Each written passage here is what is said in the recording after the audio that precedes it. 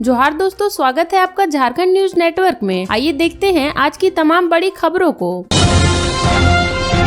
लोकसभा चुनाव से पहले झारखंड में एक और प्रत्याशी गिरफ्तार, जाने पूरा मामला। लोकसभा चुनाव से पहले झारखंड के गिरिडीह में एक और प्रत्याशी को गिरफ्तार किया गया है। ये गिरफ्तारी रविवार सुबह बरगंडा आरके महिला कॉलेज रोड के पास स्थित आवास पर अधिवक्ता अवधेश कुमार सिंह की हुई है, जो कि गांडे विधानसभा उपचुनाव में निर्दलीय उम्मीदवार के तौर पर मैदान में है। उसी सीट से कल्पना सोरेन भी इंडिया गठबंधन की उम्मीदवार है, जबकि भाजपा की तरफ से दिलीप वर्मा मैदान पर हैं। ज्ञात हो कि कल रांची लोकसभा सीट से JBKSS के उम्मीदवार देवेंद्र महतो को भी गिरफ्तार किया गया था। जानकारी के मुताबिक अधिवक्ता अवधेश कुमार सिंह के खिलाफ बेंगाबाद थाना के घेराव मामले को लेकर प्राथमिकी दर्ज की गई थी। इसी मामले में उनकी गिरफ्तारी हुई है। फिलहाल पुलिस अवधेश कुमार सिंह को गिरफ्तार कर अपने साथ थाने ले गई है। इस दौरान मुख्य रूप से SDPO विनोद रवानी, बेंगाबाद अंचल के इंस्पेक्टर ममता कुमारी, नगर थाना प्रभारी शैलेंद्र प्रसाद, मुफस्सिल थाना प्रभारी श्याम किशोर महतो समेत भारी संख्या में पुलिस बल के जवान शामिल थे। बता दें कि गांडे सीट पर उपचुनाव 20 मई को होना है।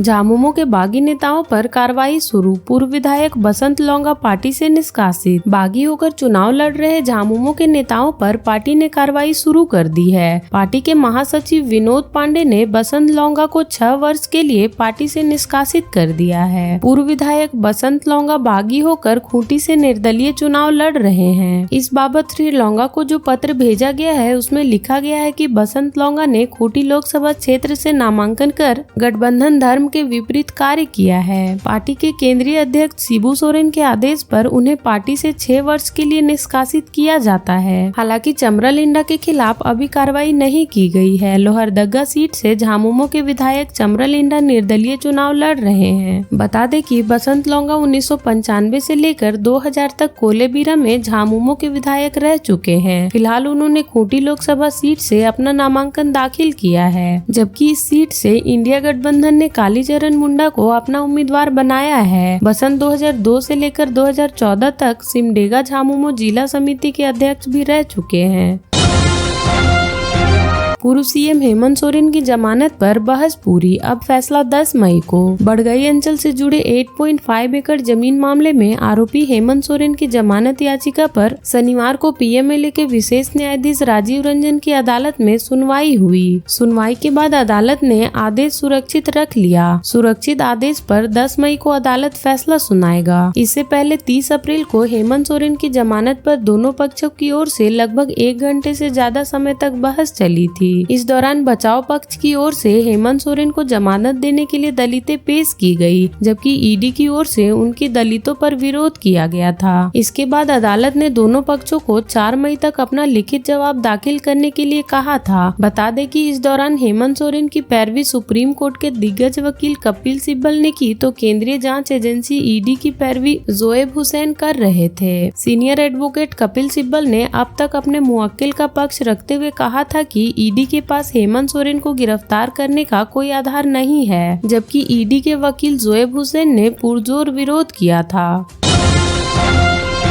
झारखंड के लोगों को अगले कुछ दिनों तक गर्मी से राहत, कल से इन इलाकों में बारिश के आसार। साइक्लोनिक सर्कुलेशन के कारण एक टर्फ मेघालय से मराठवाड़ा तक बन रहा है। इसका असर बंगाल, झारखंड और उड़ीसा में भी रहेगा। इसके कारण झारखंड के लोगों को अगले कुछ दिनों तक गर्मी से राहत मिल सकती है। 6 से 10 मई तक राज्य के अलग अलग हिस्सों में बारिश होने के आसार हैं। राज्य मौसम केंद्र ने इसको लेकर येलो अलर्ट जारी किया है। 6 और 7 मई को राज्य के उत्तर, पूर्व और दक्षिणी छोटा नागपुर इलाके में कहीं कहीं हल्के से मध्यम दर्जे की बारिश हो सकती है। इस दौरान तेज हवा चल सकती है। हवा की गति 30 से 40 किलोमीटर प्रति घंटे हो सकती है। 10 मई तक राज्य के राजधानी सहित राज्य के अलग अलग हिस्सों में बारिश हो सकती है। इससे तापमान गिर सकता है। राजधानी रांची का अधिकतम तापमान 34 डिग्री सेल्सियस के आसपास तक जा सकता है। न्यूनतम तापमान भी 22 डिग्री सेल्सियस तक जा सकता है।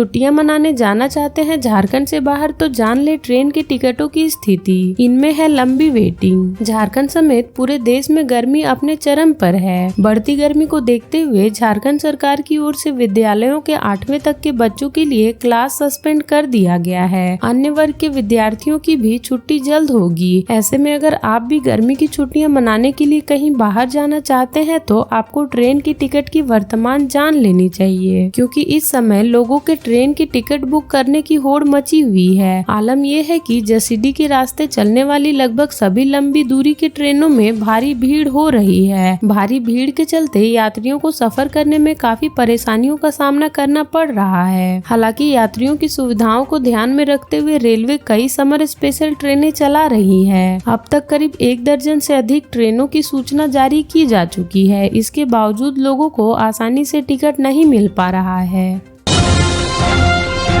रांची के पंडरा बाजार का किराया कम, फिर भी समय पर नहीं चुकाते व्यापारी। 2 करोड़ से अधिक है बकाया। बाजार से काफी कम किराया होने के बाद भी व्यापारी समय पर किराया नहीं चुकाते हैं। यह हाल पंडरा बाजार समिति सहित झारखंड की विभिन्न बाजार समितियों का है। अकेले पंडरा बाजार के व्यापारियों पर ही 2 करोड़ रुपए से अधिक का बकाया है। पंडरा बाजार समिति में 5 रुपए प्रति वर्ग फीट किराया है, जबकि बाजार समिति के बाहर समिति से 11 गुना से अधिक किराए पर दुकानें मिलती है। बाजार समिति के बाहर 55 से 65 रुपए प्रति वर्ग फीट तक किराया है। इसके बाद भी समय पर व्यापारी किराया नहीं चुका रहे हैं। रांची बाजार समिति के कई व्यापारी अपनी मर्जी के अनुसार किराया चुकाते हैं। हर माह समय पर किराया नहीं देते हैं। कोई व्यापारी 6 माह तो कोई इससे भी अधिक समय पर किराया देते हैं। बाजार समिति के सुपरवाइजर किराया के लिए कई बार जाते हैं, तब व्यापारी किराया देते हैं। अकेले पंडरा बाजार समिति के मुख्य मंडी और आलू मंडी में लगभग 801 दुकानें हैं। हर माह लगभग 130 से 150 करोड़ रुपए का कारोबार होता है।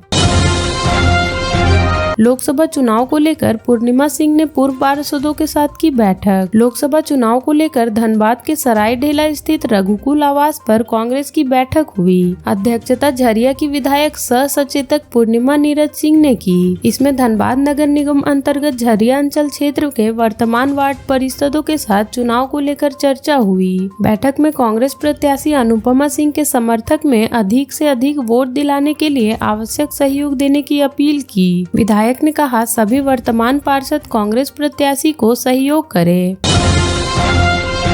विधि लिपिक महासंघ के चुनाव की अधिसूचना जारी। 11 मई को डाले जाएंगे वोट। देवघर झारखंड विधि लिपिक महासंघ देवघर जिला इकाई की बैठक शनिवार को महासंघ के कार्यालय में अध्यक्ष रामदेव राय की अध्यक्षता में हुई। इसमें आय व्यय का लेखा जोखा प्रस्तुत किया गया। पश्चात चुनाव संपन्न करने के लिए 2 सदस्यों की कमेटी गठित की गई। इसमें सर्वसम्मति से वैद्यनाथ प्रसाद यादव व श्याम सुंदर पंडित के नाम का चयन किया गया। बैठक में कमेटी भंग करते हुए अगले सत्र के चुनाव के लिए अधिसूचना जारी कर दी गई। 11 मई को चुनाव कराया जाएगा व मतगणना के पश्चात परिणाम घोषित कर दिया जाएगा।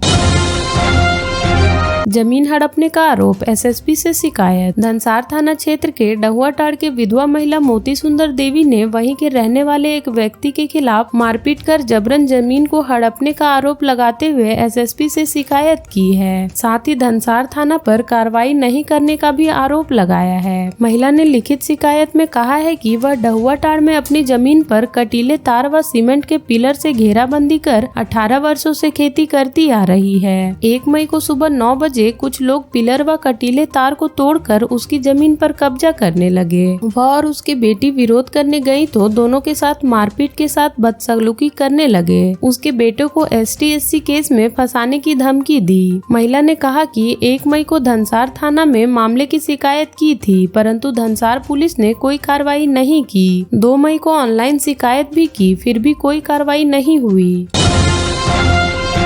धनबाद से 6 प्रत्याशियों ने किया नामांकन। धनबाद लोकसभा चुनाव के लिए जिला निर्वाचन पदाधिकारी सह उपायुक्त माधवी मिश्रा के समक्ष शनिवार को 6 उम्मीदवारों ने नामांकन पत्र दाखिल किया। समाहरणालय में शनिवार को कृष्ण चंद्र सिंहराज, नारायण गिरी, परवेज नैयर, राजीव तिवारी, रियाजुल हक तथा कामेश्वर प्रसाद वर्मा ने नामांकन किया। अधिकांश प्रत्याशियों ने निर्दलीय या गैर मान्यता प्राप्त राजनीतिक दलों से प्रत्याशी के रूप में नामांकन किया। आज नामांकन नामांकन करने वाले केसी राज पिछले लोकसभा चुनाव में भी यहां से नामांकन किया था। आज नामांकन को सभी प्रत्याशी बिना किसी तामझाम के पहुंचे थे। इसके साथ ही धनबाद लोकसभा क्षेत्र से अब तक 17 प्रत्याशियों ने नामांकन किया है। सोमवार को नामांकन पत्र दाखिल करने का अंतिम दिन है। झारखंड के ऐसे ही छोटी बड़ी खबरों से जुड़े रहने के लिए चैनल को सब्सक्राइब कर ले और बेल आइकन प्रेस कर ले ताकि हर वीडियो का नोटिफिकेशन आपके फोन पे चला जाए।